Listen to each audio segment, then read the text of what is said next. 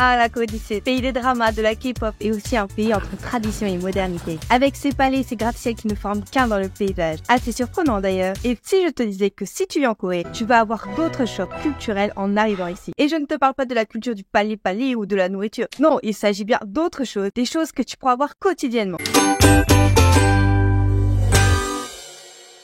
Bonjour les Chingu et bienvenue dans cette nouvelle vidéo. Aujourd'hui on va parler d'un sujet assez spécial. On le sait, la Corée du Sud est réputée pour être un pays du futur avec des tendances qui n'arrêtent pas de changer. Et ce que tu ne sais peut-être pas, c'est que certes c'est un pays moderne, mais il y a encore beaucoup de choses qui restent du passé. Et c'est ce qu'on va voir aujourd'hui. Les toilettes. Le premier lieu où on se rend lorsque l'on arrive dans un nouveau pays, généralement ce sont les pipi rooms. Lorsque je suis arrivée pour la première fois en Corée du Sud, c'est vraiment ce qui m'a le plus choquée. Alors d'un côté, on va avoir les toilettes de luxe, high-tech, à la japonaise avec le petit jet, la petite musique pour cacher le bruit. D'un autre, on a ça. Oui, des toilettes turques version asiatique. Et je dis bien asiatique parce que ce n'est pas seulement en Corée qu'il y en a aussi en Chine et dans d'autres pays en Asie. Bon, je pense que le gagnant de ce duel, c'est sans aucun doute et à l'unanimité les toilettes modernes. Le savon. Bon, pour le savon, je ne vais pas parler de tous ces toilettes en Corée du Sud où il n'y a pas de savon. Oui, car ça existe, mais plutôt de ça. Oui, c'est savonnettes. Pour les plus jeunes d'entre vous, vous n'avez peut-être pas connu ça, mais en France, il y en avait dans les années 90 dans les écoles. Autant dire que le rôle primaire d'un savon, c'est d'enlever les microbes qu'on a sur les mains. Mais à quoi ça sert de se laver les mains avec un savon que tout le monde a touché et surtout rempli de microbes? C'est pas compatible. Heureusement, j'ai trouvé la solution chez Daiso. Ce sont ces petites feuilles de savon. C'est hyper pratique et surtout c'est super petit, on peut le mettre dans le sac et surtout les emporter avec nous n'importe où. En plus, ça permet d'éviter d'utiliser ce genre de savonnette bien dégueu. Mais rassurez-vous, ce n'est pas partout qu'il y a ce genre de savonnette, bien heureusement. Il y a aussi des savons normaux et également des savons où tu as juste à mettre la main en dessous et ça sort tout seul de la machine. Ce genre de savon, pour moi, c'est les savons parfaits. Le papier toilette. Alors là, par où commencer? Il y en a tellement de choses à dire dessus. Dans les restaurants, tu auras souvent des lingettes humides qui te serviront à te laver les mains avant ou après le repas, voire les deux. Ou alors, vous aurez aussi des serviettes donc sur la table comme on a en France ou parfois c'est dans les tiroirs. Donc pensez bien ouvrir les tiroirs si vous êtes dans un restaurant car sinon vous n'aurez ni cuillère, ni baguette, ni serviette pour vous essuyer les mains. Donc ça va être compliqué de manger. Parfois sur la table ou près de la table, il y aura des rouleaux de papier toilette. Alors donc ce n'est pas pour aller aux toilettes suite à une forte réaction bla épicée, ce n'est pas ça. Le papier toilette est là pour vous essuyer les mains en tant que serviette. Voilà. Tout simplement. Il y en a aussi dans les bus, donc parfois ça pend en l'air comme ça, en tant que mouchoir ou serviette, pareil, et aussi dans les stands de street food. Donc ne soyez pas trop surpris si vous en voyez lorsque vous venez en Corée. Le deuxième point sur le papier toilette, alors si tu es en train de manger, je te conseille de mettre la vidéo sur pause et de revenir à ce moment de la vidéo. Bref, proprement. Dans les toilettes publiques, il arrive que parfois on ne puisse pas jeter le papier toilette utilisé dans la cuvette. Donc à ton avis, où on va le mettre ? Réponse A, on le met dans la cuvette et on s'en fout des règles. Réponse B, on le met dans la poubelle à côté. Réponse C, on ne s'essuie pas. La bonne réponse est la réponse B. Félicitations! Oui, on jette le papier dans la poubelle qui se trouve à côté du toilette. Et autant te dire que c'est bien dégueu parce qu'il y a vraiment un tas de papier toilette. Pour tes yeux et pour surtout ne pas te dégoûter, je vais flouter ça. Un tas de papier WC sur la poubelle. Qui est... Voilà, je n'ai pas les mots tellement c'est horrible. Et bien sûr, tu as les odeurs qui vont avec, c'est magistral. Bref, et en parlant d'odeurs, ça me fait penser au point suivant. Les chaussures. En Corée du Sud, il y a tellement de magasins que c'est difficile de ne pas trouver chaussures à son pied. Quelle belle manière d'aborder le sujet, vous ne trouvez pas? Comment ne pas être abasourdi quand on vient en Corée pour la première fois lorsque l'on voit ça? Oui, c'est sandales. Il y en a partout dans la rue. Et je ne parle pas dans les magasins. Non, les gens portent ça dans la rue. Et ce, par tout temps. Qu'il fasse beau, qu'il y ait du vent, qu'il pleuve, qu'il neige. Comment il faut pour ne pas avoir les pieds congelés dans ce genre de sandales? Ça, il faudra m'expliquer. Je pense qu'ils n'ont pas les mêmes pieds que nous. Et d'ailleurs, il n'y a pas que les chaussures qui risquent de vous choquer. Il y a aussi la mode en général. La K-fashion. Parlons mode. Alors, dans les journaux français, on voit souvent la mode coréenne comme une nouvelle tendance, quelque chose qui est magnifique, trop stylé, que tous les Coréens portent. Alors c'est vrai, dans certains quartiers, notamment Gangnam, les gens sont hyper bien zappés. Mais en revanche, si tu vas dans les autres quartiers de Séoul, ce n'est pas vraiment ça. Alors, certes, il y a des gens stylés, mais il y a aussi des gens qui portent des joggings. Alors jusque-là, bon, on a ça aussi en France, même si en France, c'est plutôt la racaille qui porte ça. Mais il y a aussi des gens qui portent leur pyjama. Oui, et je ne parle pas des gens qui vont seulement à leur poubelle, hein. Non, c'est des gens qui se baladent dans la rue, qui vont faire leur shopping. Ils sont en pyjama. Et parfois même des gens qui sont à l'hôpital, tu vas les voir dehors dans la rue avec leur tenue d'hôpital. Ou même des gens qui sont chez le coiffeur et ils ont envie, je sais pas, d'aller prendre un café ou de téléphoner ou de fumer une cigarette. Ils vont sortir avec l'aluminium sur la tête dans la rue. C'est la Corée. Pour vous dire pas plus tard qu'hier, j'ai vu une femme emmener son enfant en pyjama à l'école. Oui, au calme, tranquille. Bon, au moins, ils sont confortables. C'est la bataille entre le glamour et le décontracté et tout le monde est gagnant. Les restaurants. Parfois, lorsque l'on est au pays du kimchi, on a l'impression de faire une traversée dans le temps et ce, même en étant dans la même rue. Si on a une petite faim, bien entendu, on va aller au restaurant. Et ça, il y en a partout. Je peux vous dire que même selon les restaurants, on fait un voyage dans le temps. Alors, d'un côté, on a les restaurants du futur avec des robots qui viennent nous apporter la nourriture à notre table. Et de l'autre, des petits boui-boui où c'est une grand-mère qui s'occupe de tout. La cuisine, la vaisselle, de s'occuper des clients, faire la caisse. Alors, les deux types de restaurants ont leur charme. Mais je t'avoue que je suis un peu curieuse de savoir ce que toi tu choisirais si tu venais en Corée. Est-ce que tu choisirais plutôt le restaurant du futur avec le robot ou bien le restaurant un peu plus local et authentique tenu par une petite grand-mère? N'hésite pas à me le faire savoir en commentaire. Les téléphones.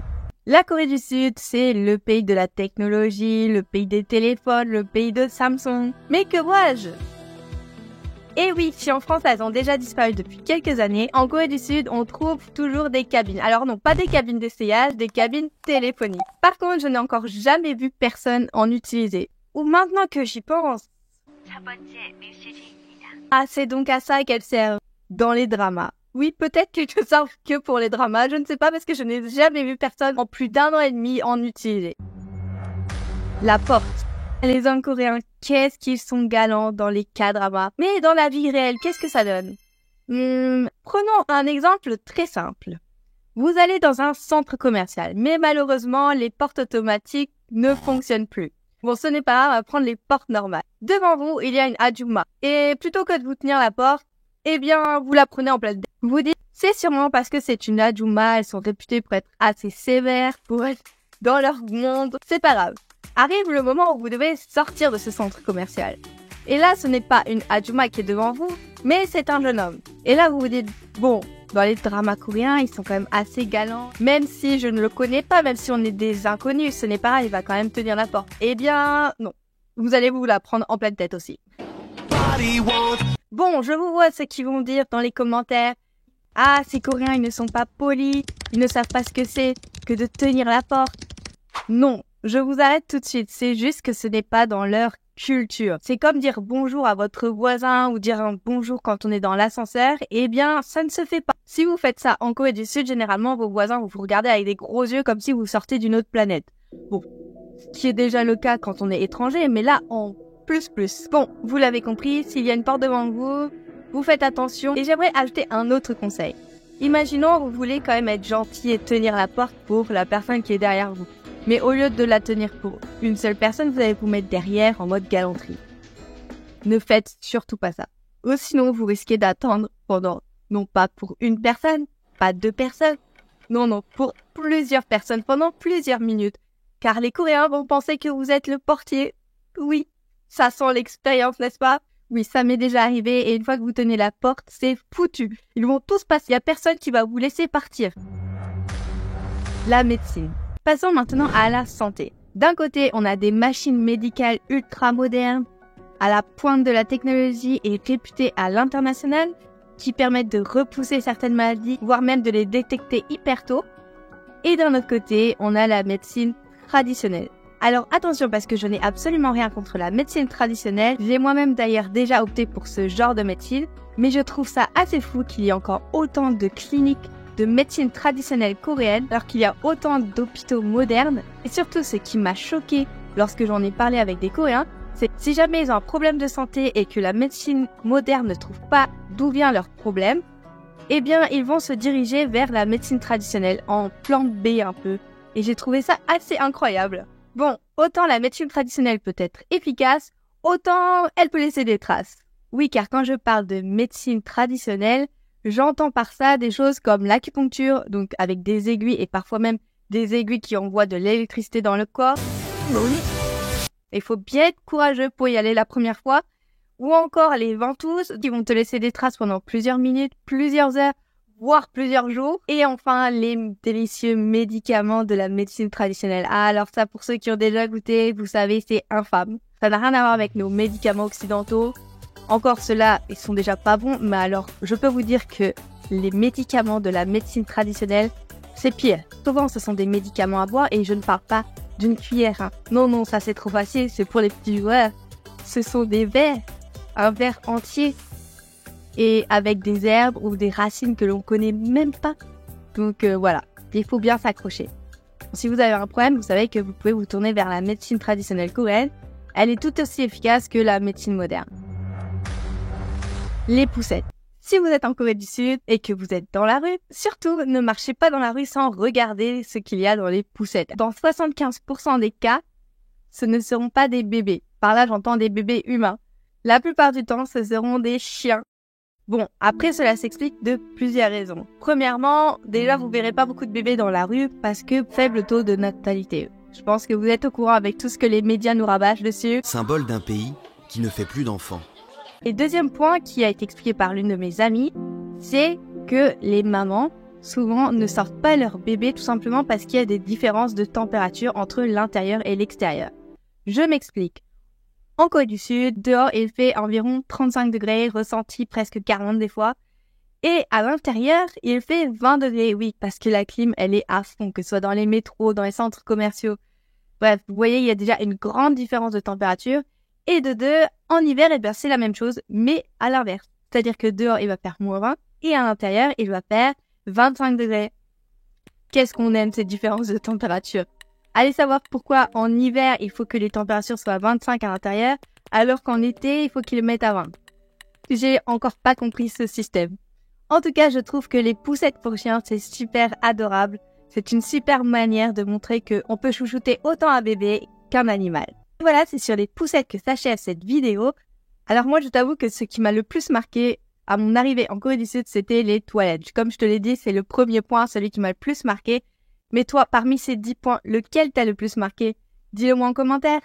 Si tu as aimé, n'hésite pas à la liker, à la partager et à t'abonner à la chaîne, ça me ferait énormément plaisir. Et moi, je te dis à la semaine prochaine pour une nouvelle aventure coréenne. Annyeong!